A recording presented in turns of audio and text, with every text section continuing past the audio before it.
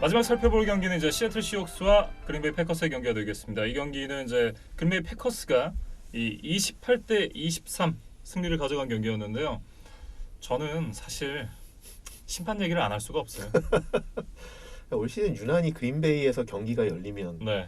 우리 김민준 아나운서가 이렇게 또 심판들에 대해서 얘기할 거리를 자꾸 만들어주더라고요. 심판들이 아니라 심판입니다. 똑같은 심판. 똑같은 심판. 이 클리트 블레이크먼이 사실 지난 6주차 라이언스 패커스 경기에서도 결정적인 오심들로 인해서 이 사실 뭐 이제 그때도 드렸던 말씀이 패커스가 충분히 승리할 만한 경기였다. 하지만 라이언스에도 기회는 있었다라는 이제 말씀을 드렸었는데 그렇죠.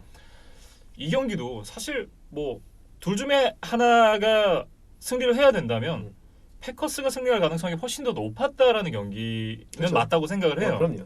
근데 적어도 이 판정에 대한 논란은 좀 없었어야 됐지 않나 이런 생각을 좀 하게 만들었습니다. 사실 저는 이 심판을 보면서 떠오르는 심판 하나가 있어요. 아, 누가 있죠? 그 EPL을 좋아하시는 분들은 아실 텐데요. 마이크 딘이라는 주심이 있습니다. 아스날을 상대로 한 경기에서 상대 팀의 승률이 90%가 되게 만드는 기적적인 심판인데 상대편이 득점을 하면 세레머니하고 뭐 이런 심판이에요. 아주 질 나쁜 그런 심판인데 그만큼 질 나쁜 심판이 이 클리트 블레이크먼이 아닌가. 그러니까 똑같이 패커스의 경기에서 이런 일들이 계속해서 벌어진다는 건 분명 문제가 있는 거거든요.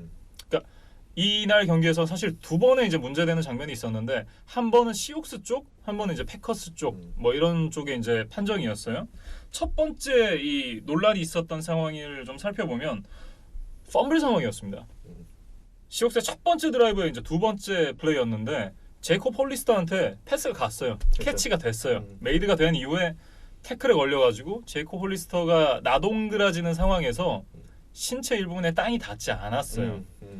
그러면서 이제 제이콥 홀리스터가 이렇게 안고 있던 공이 사이에서 빠지면서 펌블이 됐거든요. 근데 이러면 펌블이잖아요. 근데 펌블 선언이 안 됐어요. 다운 바이 컨택트가 선언이 됐습니다. 그래서 패커스가 챌린지를 했죠. 멜라플로 감독이 야심차게 챌린지를 딱 해가지고 챌린지에 딱 들어갔는데 웬걸? 펌블은 맞대요. 펌블은 맞는데 리커버를 리커버를 누가 했는지 정말 클리어하게 보이지 않는다. 그렇기 때문에 원심이 유지됐다. 이게 뭐 개소리예요, 이게. 그러니까 사실 뭐 규정상으로 사실 이제 그 원심을 번복하려고 그러면 그게 이제 그 완전히 그 명확한 근거가 있어야 뒤집을 수 있다. 그래서 이제 예를 들어서 이제 지금 이제 펌블이 아니었다라고 했으면 펌블이었다라는 거를 완전히 뒤집을 만한 그런 영상의 근거가 보여야 되고, 근데 펌블이 됐다고 하더라도 누가 이거를 리커버리해서 누구 소유가 됐다라는 게 명확하게 확인이 되지 않으면 그걸 또 뒤집을 수 없다라는 게 규정이긴 합니다. 그러니까 이 규정이 일단 말도 안 된다라고 생각을 하고 있고요. 뭐 규정은 규정이니까, 뭐 악법도 법이라고 하니까 어쨌든 그걸 존중해 준다고 하면 저는 적어도 이게 어쨌든 잘못된 판정에 대해서 챌린지를 했고 그러면 이 처음에 펌블로는 번복이 됐잖아요. 그러면 이거는 이 타임아웃은 뺏어가면 안 되는 게 아닌가 그런 생각도 좀 들고요. 그러니까 사실 이제 어떻게 보면 이제 그게 그 규칙 안에 있는 하나의 이제 어쨌든 좀 약간 애매한 그레이 에어리아죠. 그러니까 그런 것들을 이제 심판들이라면 다른 감독들이 이제 악용하는 부분들도 있는데 이게 어쨌든 요건이 쪽쪽쪽쪽 다 갖춰져야 번복이 되고 그게 하나라도 갖춰지지 않으면 원심이 유지되면서 타임아웃도 뺏기는 이런 거기 때문에 어떻게 보면 이제 그 모든 것이 클리어하게 뒤집을 수 있는 상황이 안 되면 뒤집히지도 않고 타임아웃도 뺏기는 이게 사실 규정이긴 합니다. 굉장히 좀 이 말이 안 된다고 생각을 일단 하고 있고 물론 뭐 제가 말이 안 된다고 생각한다고 해서 뭐가 달라지진 않겠지만 그러니까 이거는 어쨌든 시애틀한테 유리했던 거고. 그러니까 39번 선수 제 이름이 정확하게 기억이 안 나는데 39번 선수가 리커버를 했던 것으로 보였거든요. 완벽하게 공이 들어가는 장면은 보이지 않았지만 10중 8구는 그린베이 패커스가 리커버를 했던 그런 상황이었기 때문에 좀 더 패커스가 억울할 만한 상황이지 않았나 이런 생각이 좀 들었고 뭐 그래요. 뭐 일단은 첫 번째 그건 그렇다고 하고 그렇다고 치고 두 번째 이 퍼스트 다운 판정. 퍼스트다운 판정 이것도 굉장히 논란이 분분해요. 이건 뭐 퍼스트다운이 맞다 아니다 그렇게 따지는데 일단 여기에는 팍스사가 잘못한 게 있어요. 처음에 이제 옐로우 라인. 네 옐로 라인을 잘못 그어놨어요. 아시죠? 그래서 처음에 보면 이제 처음에 넘어지는 위치에서 노란 선만 보면 이건 절대 퍼스트다운일 수 없는데 이 처음에 플레이가 되기 전에 공이 놓여 있는 위치를 보면 라인이 조금 더 뒤로 가 있어요. 그러니까 조금 더 앞으로 와야 되는 상황은 맞거든요. 그래서 이제 라인을 당겨와서 이제 생각을 해봤을 때 그 중계 중에 그 체인 있잖아요. 네네. 체인 옆에 이제 이 카메라가 달려 있잖아요. 캠이. 그렇죠. 근데 그 캠에서 일직선상으로 이제 나가는 이 장면을 봤을 때도 제가 봤을 땐 좀 짧아 보였거든요. 그건 보는 사람에 따라서 견해차가 있겠지만 굉장히 좀 짧아 보이더라고요. 저는 살짝. 네. 예. 뭐 그것도 논란이 있을 수 있습니다. 뭐 어쨌든 제가 보기엔 짧아 보였고 그리고 결정적으로 최악의 장면이 뭐였냐면 에런 로저스와 이 심판이 포옹을 하는 장면이 있었어요. 아니 심판이 뭐 악수하는 건 오케이 그럴 수 있죠. 근데 심판과 선수가 포옹을 한다? 저는 이건 아니라고 보거든요. 뭔가 좀 의심을 살 수 있는. 네. 그러니까 이 장면이 앞에 있었던 이 상황들을 더 석연치 않게 만드는 거죠. 그러니까 이런 상황들을 놓고 봤을 때 적어도 이 클리트 블레이크먼 주심은 자질이 없다. 아니요 그린베이 패커스 경기의 심판은 하면 안 된다. 맡으면 안 되지 않나. 왜냐면 그 경기들을 맡았을 때마다 이런 논란이 계속해서 나오고 있으니까. 그리고 에런 로저스랑 너무 친분이 있고. 아니 껴안는 건 오바 아니에요? 네, 뭐 저는 저 같으면 껴안진 않을 것 같습니다. 네. 이건 제가 봤을 때 선 굉장히 세게 넘었어요. 사실 뭐 보통은 악수 정도죠. 네. 양팀 선수들을 똑같이 그러니까요. 악수하는 정도. 근데 그렇기 때문에 이제 좀 굉장히 좀 석연치 않다. 그러니까 뭐 일단 그 퍼스트다운 판정 자체야 라인에 굉장히 근접했었기 때문에 뭐 심판이 그렇다고 하면 할 말은 없는 상황인 건 맞지만 충분히 퍼스트다운일 가능성도 있고 하지만 이런 논란이 나온다는 것 자체가 이 주심이 그린베이 패커스의 경기에서 심판을 맡으면 안 되는 이유가 아닌가 이런 생각을 해봤고 따지고 보면 패커스가 승리할 가능성이 높은 경기였고 그러면 사실 상관없는 거 아니냐 아니면 뭐 첫 번째 이 석연치 않은 판정에서 시옥스가 유리하게 판정을 갖고 왔기 때문에 이 정도 보상 판정은 괜찮은 거 아니냐 이렇게 얘기를 할 수도 있지만 그거는 사실 아니거든요. 그렇죠. 그렇게 네. 하지도 않고요, 사실. 네. 사실 이렇게 찜찜하게 경기가 마무리되면 정말 열심히 뛰었던 그린베이 패커스 선수들에게 오히려 더 불명예가 아닌가라는 생각도 좀 들고요. 저는 네. 뭐 충분히 이길 만한 경기 했잖아요. 그래놓고 이게 판정 때문에 이겼다라는 얘기가 나오면 제가 만약에 패커스 선수라면 굉장히 좀 화가 날 것 같거든요. 그럴 수도 있죠. 네. 정정당당하게 이겼다라는 생각을 하고 싶은데. 그러니까요. 근데 일단 아까 그 옐로우 마커 잠깐 말씀을 드리면 사실 그거는 이제 TV 화면에만 나오는 거고 선수들한테는 보이는 건 아니죠. 그렇죠. 선수들은 어쨌든 그 실제로 그 스틱스 그 10야드 스틱을 보고 이제 가는 거고 그걸 보면서 이제 어디까지 가야 된다라는 걸 이제 마커로 삼는 건데. 그렇죠. 뭐 옐로우 마커는 이제 사실 TV에서 시청자들을 위해서 하는 거지만 편의를 위한 어떤 장치인 거죠.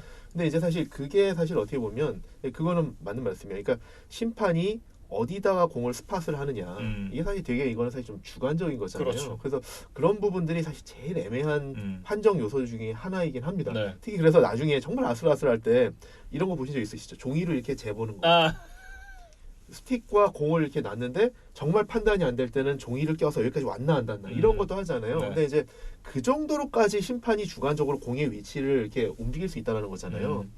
근데 그렇게 그 주관적인 요소는 좀 어쨌든 이제 기술이 발전할수록 계속 좀 배제해 가야 된다. 그래서 이제 아까 말씀하신 것처럼 이제 스틱에 카메라가 달려 있는데 앞으로 이제 그런 걸 이용해서 진짜 뭐 이제 기계가 판독해내는 네. 그런 게 빨리 이제 와야 된다. 어차피 이제 사실 그 기준이 몸의 어느 부분이 땅에 닿느냐가 사실 이제 중요한 거잖아요. 그렇죠. 그걸 이제 육안으로 확인하기 사실 어려운 부분이 있기 때문에 그거를 이제 기계로 판독해내는 그래서 실제로 10야드를 왔느냐 안 왔느냐를 사실 정확하게 주관을 배제하고 할 수 있는 네. 그런 게 사실 필요하긴 하죠.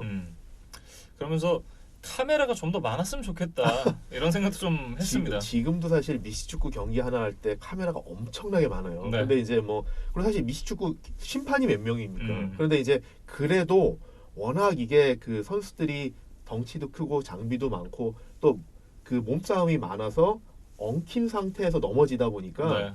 정확하게 판독해내기가 힘들죠. 쉽지는 않죠. 네. 어떻게 보면 뭐 심판들의 고충이기도 하겠습니다만 좀 이런 논란들에서 좀 자유로워졌으면 좋겠다.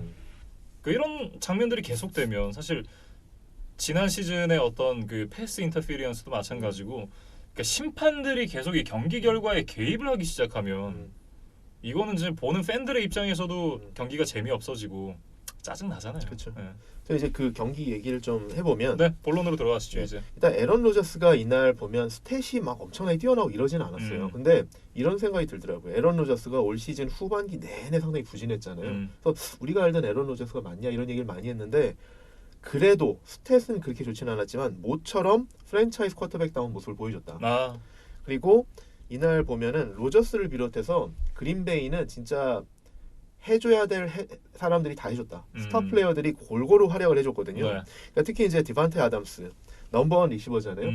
이날 160야드 리시빙에 터치다운 2개.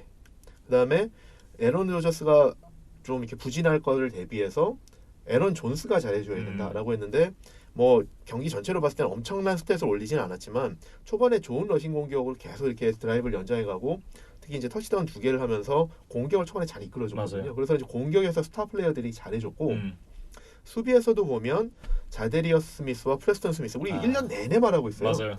어떻게 이렇게 꾸준한지 모르겠어요. 진짜 이 두 선수가 없었다면 어떻게 됐을까? 근데 두 선수가 각각 2개씩 색을 기록했거든요. 네. 또 그냥 색도 아니고 막판에 이제 그 한참 시옥스가 추격해 올 때 러셀 윌슨을 색해서 흐름을 끊어버리는 이런 색도 했기 때문에 상당히 중요한 역할을 해줬고 그리고 어쨌든 뭐니 에런 로저스가 이날은 클로저 역할을 해줬다. 네. 그래서 특히 이제 4쿼터 막판에 이제 2미닛 워닝 전후로 해서 시옥스가 이제 원 포지션 차이로 쫓아왔을 때 그 퍼스트 다운 2개를 만들어주면서 패스로 만들어주면서 이제 시간을 다 소진시켜주는 네. 그래서 그런 역할을 모처럼 에런 로저스가 해줬다. 충분히 이길 만한 경기를 했어요. 네, 진짜. 그래서 이날 패커스는 진짜 스타 플레이어들이 다 제 몫을 해줬다. 골고루 활약을 해줬다라는 게 좀 눈에 띄었고 네. 이게 더 눈에 띄었던 이유는 뭐냐면 반대로 시옥스 같은 경우에는 러셀 윌슨이 너무 불쌍했다. 러셀 윌슨 혼자 다 했다. 맞아요. 이런 부분들이 뭐냐면 사실 그 레프트 태클 드웨인 브라운이 2주 전에 이제 간단한 무릎 수술을 해서 2주 후에 이제 이 경기에 이제 복귀를 했지만 사실 100%라고 볼 수 없었고요. 그다음에 이제 레프트 가드 마이크 파티가 목 부상으로 결장했고 또 다른 태클 자마코 존스가 이날 2쿼터에 뇌진탕으로 또 나왔거든요. 그러니까 오펜시브 라인이 정말 엉망이었죠. 네. 그래서 이제 상당히 불안한 오펜시브 라인 뒤에서 계속 스미스 형제한테 쫓겨다니면서 또 이날 케니 클락까지 중앙에서 들어오면서 정말 이제 러셀 윌슨이 상당히 좀 불안정한 경기를 했죠. 그래서 이제 특히 이제 뭐 중요한 상황마다 색을 당했는데 그 투포인트 컨버전 할 때도 색을 당하고 뭐 아까 말씀드린 이제 4쿼터 이제 중요하게 이제 추격을 하는 상황에서도 색을 당하고 이제 이날 전체적으로 5개나 색을 당했거든요. 상당히 좀 불안정한 라인 플레이가 중요했고 또 이렇게 패스러시가 많이 들어오면 도와줘야 될 러싱 게임 없잖아요. 그냥 아예. 없죠. 네. 러닝백 1, 2, 3가 다 빠진 상황에서 지금 저희가 이제 3주째 얘기하고 있는데 마샬 린치 왜 데려왔냐. 마샬 린치 그다음에 트래비스 호머 이 두 명의 러닝백이 너무 미약해서 뭐 러셀 윌슨이 이날 64야드를 뛴 것이 팀 내 러싱 1위다. 이 정도로까지 러셀 윌슨이 상당히 뭐 혼자 사실 이제 북치고 장구치고 하는 경기를 했어야 됐다. 진짜 고군분투했죠. 그렇죠. 네. 그래서 이제 해프타임 때 21대 3으로 뒤진 경기를 사실 후반에 들어와서 러셀 윌슨이 정말 분전하면서 많이 쫓아왔죠. 그래서 이제 후반이 되자마자 69야드 드라이브, 84야드 드라이브, 79야드 드라이브 이 3개의 롱 터치다운 드라이브를 만들어내면서 정말 정신없이 쫓아갔어요. 그래서 원 포지션 경기까지 쫓아갔는데 끝까지 쫓아가지 못하고 뒷심이 좀 부족했죠.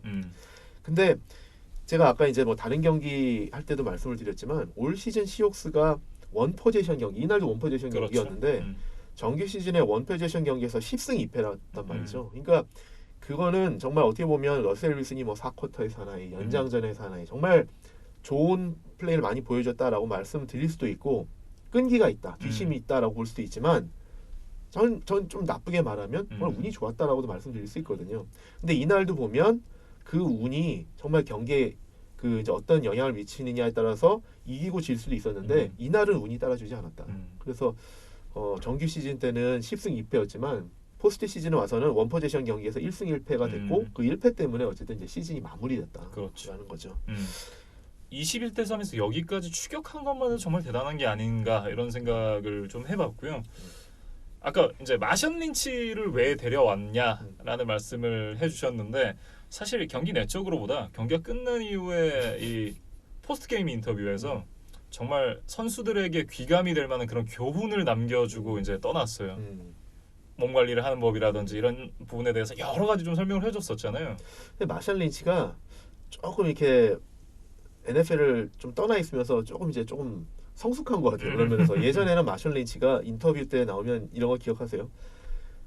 무슨 질문을 하든지 간에 그 답을 잘 안 하려고 하는 그런 모습들을 보였었거든요. 근데 경기 후 인터뷰에 참가 안 하면 이제 벌금을 받기 때문에 딴소리 하다 들어갔잖아요. 그렇죠. 결국 이제 벌금을 받은 적도 있고 그래서 이제 벌금을 받지 않기 위해서 인터뷰 한 번을 와서 무슨 질문을 하든지 간에 나 벌금 안 내려고 여기 앉아 있어. 맞아요. 이걸 계속 했었거든요. 그러니까 저게 지금 뭐 하는 짓인가 이런 생각을 하게 했었는데 뭐 좀 성숙한 것 같습니다. 네, 뭐 돈 함부로 쓰지 말고 뭐 이런 얘기하고 이제 마샬 린치가 떠나갔는데 그렇죠. 맞아요. 돈 함부로 쓰지 말고 맞아요. 뭐 그런 이제 여러 가지 교훈들을 남겨주고 갔죠. 뭐 경기 내적으로는 크게 보여준 건 없었지만 이 NFL 선수들에게 크게 귀감이 될 만한 그런 교훈을 남겨주고 떠나갔습니다. 네.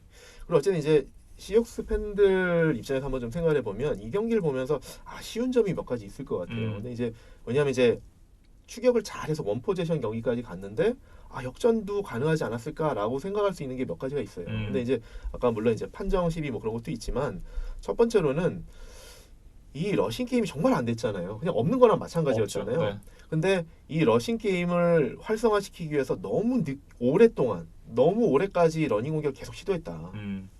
근데 이제 물론 이제 러싱 게임이 안 되면 저희가 아까 뭐 바이킹스 얘기할 때도 델빈 쿡이 막히니까 이게 악순환이었다라고 말씀을 드렸지만 사실 맞아요. 네. 그렇게 될 수밖에 없기 때문에 그거를 방지하기 위해서 계속 어떻게든 러싱 공격을 하려고 했는데 이게 사실 어느 정도 하다가 안 되면은 사실 이제 작전을 바꿀 필요가 있지 않았느냐. 러셀 윌슨은 커크 커즌스가 아니니까 그렇죠. 되잖아요 패스가. 그렇죠. 이제 롤아웃해서 본인이 잘 하니까. 근데 결국엔 그걸로 바꿨잖아요. 근데 그 타이밍이 좀 늦은 게 아니냐. 그래서 그게 좀 아쉬웠고 특히 이제 이런 거죠. 이게 뭐 정규리그 시즌도 아니고 정규리그 게임도 아니고 이런 그냥 단판 승부에 윈 올 고홈 그런 승부잖아요. 그런 승부에서 조금 이렇게 결단력이 있어야 되지 않느냐. 그래서 이제 비교되는 게 저는 아까 이제 49ers 얘기했을 때 카일 셰너인 감독은 1쿼터에 그 아켈로 위더스푼이 17주차에도 부진했었는데 그게 포스트 시즌 첫 번째 경기에서 이어지니까 1쿼터에서 바로 과감히 교체했다고 말씀드렸거든요. 근데 어떻게 보면 피트 캐롤 감독이 더 잘 알겠지만 그리고 더 명장이고 뭐 잘 하겠지만 그런 카일 셰너헨의 그런 결단력 있는 조기에 그런 의사결정하는 것과는 좀 대비됐었다. 네. 그래서 그게 결과론적인 얘기일 수 있어요. 근데 어쨌든 봤을 때 결과론적으로 봤을 때 좀 비교가 됐다라는 게 하나가 있고 그래서 팬들 입장에서 좀 아쉬웠을지 않을까라는 생각이 들고요. 또 하나는 뭐가 있었냐면 이런 상황도 있었죠. 이제 경기 종료 3분이 채 안 남은 상황에서 시옥스가 이제 자기 진영 36야드에서 4th and 11에서 펀트를 했거든요. 저는 그 상황도 사실 공격했어야 된다고 봐요. 그러니까 그게 어떻게 보면 그게 이제 경기 후에 논란이 많이 됐어요. 그런데 이제 그거에 대해서 이제 그 질문을 많이 받았죠, 피캐롤이. 그래서 그때 공격했어야 되는 거 아니냐. 근데 더 아쉬운 거는 펀트를 해서 사실 공을 돌려받지 못했거든요. 경기 이제 에런 로저스가 2개의 퍼스트 다운을 성공시키면서 그대로 끝났죠. 그대로 그냥 시간이 다 소진됐는데, 그러니까 이것도 사실 어떻게 보면 결과론적인 얘기가 아닐까 싶은데, 그때 그 상황에 대해서 이제 피트 캐롤 감독은 뭐라고 이제 답변을 했냐면, 사실 포스 다운에서 이제 공격을 하는 것도 4th and 4, 4th and 5 이 정도에 됐었으면은 공격을 했겠는데 4th and 11은 성공률이 너무 낮다. 4th and 11은. 네. 근데 사실 이제 서드 다운에서 그 러셀 윌슨이 색을 당해서 4th and 11이 됐었거든요. 그래서 그 상황에서 공격을 하는 게 맞느냐라는 거에 대해서 그 어쨌든 그 가야 되는 야드가 너무 길어졌기 때문에 펀트를 했다. 그리고 이런 얘기를 했거든요. 그 포스 다운 플레이에 한 플레이에 모든 거를 다 거는 것보다는 펀트를 해서 수비가 잘 맞고 공을 돌려받아서 다시 여러 플레이를 거쳐서 승부를 펼치는 게 낫다고 판단을 했다라고 얘기를 했는데 저는 거의 동의합니다. 그러니까 왜냐하면 진짜로 만약에 4th and 11에서 공격을 했다가 한 3분이 채 안 되게 남아 있었는데 4th and 11을 해서 공격을 했다가 실패하면 자기 진영 36야드에서 공을 넘겨주는 거거든요. 근데 만약에 그린베이가 거기서 뭐 터치다운하면 그냥 바로 경기가 끝나는 거고 그렇죠. 터치다운까지는 아니더라도 어쨌든 이제 시간을 소진할 기회도 주는 거지만 진짜 하나의 플레이에 이제 포스트다운 플레이 하나에 다 거는 거죠. 그런데 그렇게 야디지가 길어서 성공 확률이 높지 않은 상황에서 그렇게 하는 것보다는 그때 상황을 보면 경기가 한 3분 정도 남았고 그렇다고 그러면 2미닛 워닝이 남아있고 타임아웃 3개 다 있었기 때문에 시간을 4번 멈출 수가 있다는 거죠. 그러면은 사실 그때까지 상황을 보면 수비가 잘해주지 못했기 때문에 불안하긴 하지만 수비한테 한번 배팅을 하는 거죠. 그래서 공을 다시 좀 돌려받아서 좀 더 유리한 상황에서 공격을 해보자라고 해볼 수가 있었는데 뭐 어쨌든 어떻게 보면 이제 결과는 좋지 않았지만 합리적인 선택이었다라는 말씀이신 그렇죠. 거잖아요. 저도 이제 생각을 해봤는데 저는 그게 맞는 선택이 아니었을까라는 생각을 합니다.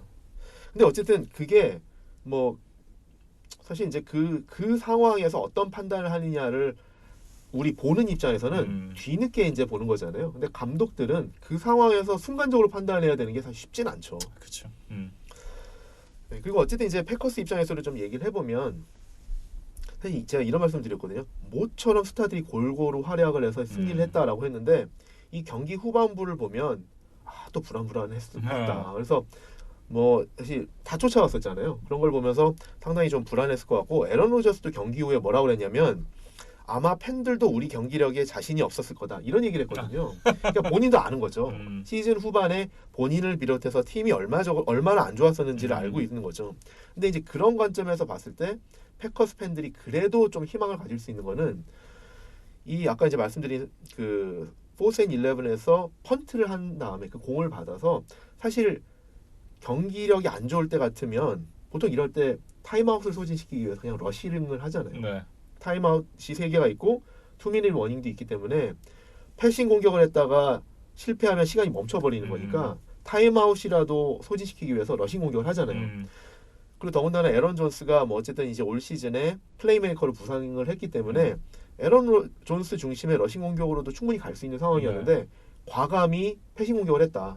공격적인 성향을 보였다. 근데 이게 뭐냐면 에런 라저스가 전성기 때 항상 보이던 플레이, 공격적인 플레이. 어쨌든 프랜차이즈 플레이어는 에런 로저스이기 때문에 그렇죠. 로저스 중심의 플레이를 하자라는 것을 보였고 그걸 에런 로저스가 실제로 해줬다. 네. 2번의 퍼스트 다운 플레이를 해줬다라는 게 뭐 그게 어쨌든 하나의 고무적인 플레이고 또 하나는 그거보다 더 중요한 상황이 제 생각에는 뭐가 있었냐면 시옥스가 이제 후반 직후에 이제 막 쫓아왔잖아요. 그래서 21대 10이 된 상황에서 분위기가 바뀔 수 있었는데 그 바로 다음 드라이브에서 패커스가 아주 공격적인 플레이를 했다. 그래서 지미 그램에게 27야드 패싱을 했고 바로 이어서 다반테 아담스에게 40야드 터치다운 패스를 성공시키면서 다시 3포지션 차이를 벌려놨죠. 네. 이게 사실 어떻게 보면 시옥스가 이제 추격하는데 정말 한계점이 된 것 같아요. 그래서 결국에는 그 3포지션을 줄이지 못했는데 이런 것들이 보면 패커스 팬들이 예전의 로저스, 예전의 패커스 공격 이런 모습들을 좀 상기시켜 줄 수 있는 좋은 그런 어떤 공격이었다. 네. 근데 이게 저는 이제 희망적이다, 고무적이다라고 말씀드리는 게 뭐 이 경기만을 놓고 보는 게 아니라 다음에 상대할 팀이 정말 지금 뭐 리그 최고의 수비를 자랑하는 49ers이기 때문에 그런 팀을 상대로 소극적인 플레이를 해서 이기긴 어렵거든요. 그렇죠. 그래서 이런 에런 로저스가 전성기 때의 그런 어떤 공격 방식 이런 것들을 해서 성공하는 모습을 보였다라는 게 좀 고무적이다. 특히나 이제 그 전성기 때 파트너 조디 넬슨이 있었잖아요. 그렇죠. 근데 이 경기가 끝나고 난 이후에 에런 로저스가 그런 얘기를 했더라고요. 이 다반테 애덤스와의 3-4번 정도의 플레이에서 조디 넬슨과의 호흡을 느낄 수 있었다. 이런 얘기를 했어요. 뭐 다반테 아담스가 이제 뭐 확실한 넘버원 리시버가 됐고 에런 로저스에게는 지금 이제 다반테 아담스가 빠지면 정말 힘든 뭐 모습을 보여줘 우리 올 시즌에 좀 봤었잖아요. 그렇기 때문에 다반테 아담스의 존재감은 정말 크죠. 네. 이날 경기에서도 말씀해 주셨던 대로 굉장히 좋은 모습을 여러 차례 보여줬고 그러면서 이제 다음 경기 나이너스와의 경기에서 또 한번 좀 기대를 해볼 수 있는 패커스가 아닌가 하는 생각을 해봤습니다. 정말 다반테 아담스의 역할이 중요합니다. 특히 다음 경기에서. 그리고 어찌됐든 멜 라플러 감독이 처음으로 지휘봉을 잡아서 첫 시즌에 바로 챔피언십 경기까지 이제 진출을 하게 됐습니다. 그렇죠. 이제 감독 맡은 지 첫 해에 뭐 지금 이제 4강이죠. 4강까지 간다는 거는 뭐 사실 기대 이상의 성과가 아닐까 싶습니다. 그러면서 또 하나 걱정이 되는 부분은 뭐 이따 프리뷰 때도 잠깐 얘기를 하겠지만 상대가 나이너스. 그렇죠. 그때 이 정규 시즌의 맞대결을 펼쳤을 때 라플러 감독이 본인이 직접 아웃 코치드라는 단어를 사용하면서 이 감독 간의 어떤 지략 대결에서 졌다라는 얘기를 했었거든요. 경기 내용도 완패였고 그런 부분을 어떻게 극복할지도 좀 기대가 돼요. 네, 이제 2부에서 이제 프리뷰를 한번 해보겠습니다. 네, 그리고 이제 시옥스에게는 올 시즌 마지막 경기가 되겠습니다. 시옥스의 한 시즌 정리해 볼까요? 그러니까 시옥스 같은 경우에는 이렇게 생각을 하게 될 것 같아요. 그러니까 현지에서 많이 쓰는 표현으로 그냥 what if. 그러니까 왜냐하면 이랬다면 어땠을까라는 상황이 너무 많아요. 시옥스 입장에서. 왜냐하면 올 시즌 내내 일단 전반적으로 부상이 너무 많았죠. 네. 그리고 특히 시즌 16주차, 17주차 이때 러닝백 1, 2, 3이 다 빠지면서 사실 러싱 게임이 그냥 없어진 거나 마찬가지다. 근데 부상이 좀 덜했더라면 그리고 만약에 카슨이라도 있었다면 카슨이나 펜이 둘 중에 한 명이라도 있었다면 그럼 좀 다르지 않았을까라는 생각을 할 수 있고 또 하나 와디프는 뭐냐면 그 17주차 마지막 플레이 그 제이컵 할리스터가 터치다운을 하기 직전에 그 골라인 앞에서 태클 당하면서 그게 터치다운이 안 됐잖아요. 몇 인치만 더 가서 그게 터치다운이 됐었다고 그러면 그러면은 이제 3번 시드로 홈 플레이오프 경기를 하는 거잖아요. 네. 그래서 시즌이 포스트 시즌이 좀 달라지지 않았을까 이런 생각들을 지금 시옥스나 시옥스 팬들은 그런 생각을 많이 할 수밖에 없을 것 같습니다. 근데 뭐 어쨌든 그게 너무 아쉬운 그런 상황으로 이제 뭐 갔는데 이 오프 시즌에 좀 이렇게 좀 보완할 부분들을 보면 뭐 일단 첫 번째로는 오펜시브 라인입니다. 왜냐하면 일단 러셀 윌슨이 이날도 하루 종일 쫓겨다니면서 뭐 도망다니면서 패스 플레이하기에 바빴거든요. 그래서 이제 오펜시브 라인의 보강이 좀 가장 좀 절실히 필요하고 일단 오펜시브 라인 중에서도 좀 보면 일단 가드 마이규 파티, 라이트 태클 저메인 이페디, 레프트 태클 조지 펜트가 모두 프리 에이전트가 돼요. 이 선수 중에서 그러면 누구를 재계약을 하고 누구는 신인으로 대체하고 이런 것들에 대한 결정이 필요할 것 같습니다. 그래서 어쨌든 중요한 건 이거거든요. 러셀 윌슨이 이제 올해 8년 차였어요. 그러면 아직은 전성기예요. 네. 근데 저희가 이제 반대편에서 있는 에런 로저스를 보면 에런 로저스는 물론 나이가 훨씬 많지만 최근에 보면 이제 느끼는 게 있잖아요. 베테랑 쿼터백들이 한 번에 갑자기 이제 기량이 쇠퇴하는 모습들 올해 여러 명을 봤잖아요. 훅 갔죠 여러 그렇죠. 명이. 그렇기 때문에 러셀 윌슨은 아직 전성기일 때 이 전성기를 최대한 활용해야 된다. 시옥스는. 그러려면 그 러셀 윌슨에게 빨리 어쨌든 그 오펜시브 라인을 좀 보강을 해줘서 러셀 윌슨이 자기 플레이를 전성기 때 최대한 할 수 있도록 좀 활용을 하자. 이게 좀 중요한 것 같고요. 네. 두 번째로는 이제 디펜시브 라인도 상당히 좀 위험한 게 올 시즌 디펜시브 라인도 자유계약으로 풀린 선수가 너무 많아요. 일단 첫 번째로 자데이비안 클라우니, 그 다음에 이지켈 안사 이 두 명의 디펜시브 엔드가 다 자유계약으로 풀리고 또 중앙에 있는 디펜시브 태클 자란 리드까지 풀리거든요. 그러니까 디펜시브 라인 4명 중에 3명이 자유계약으로 풀려요. 그러니까 상당히 로스가 크고요. 그다음에 백업 태클 퀸튼 제퍼슨, 엘 우드스 이렇게 자유계약으로 풀린 선수가 너무 많아서 얼마나 지켜낼 수 있느냐. 그리고 적절한 연봉으로 좀 막아야 된다라는 것도 좀 중요한 변수인 것 같습니다.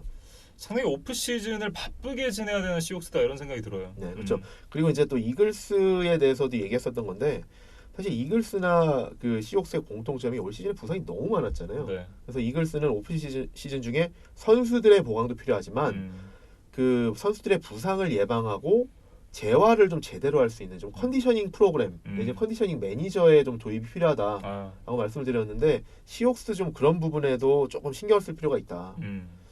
그래서 그런 부분들을 조금 오프 시즌에 좀 신경을 써야 되지 않을까라는 생각을 해봅니다. 이렇게 시애틀 시옥스의 한 시즌을 정리해 보면서 이 디비저널 라운드에 있었던 4경기를 모두 살펴봤습니다. 이어지는 2부에서는 이제 AFC 챔피언십 게임 그리고 NFC 챔피언십 게임 두 경기가 준비되어 있습니다. 저희는 그 두 경기로 돌아오겠습니다.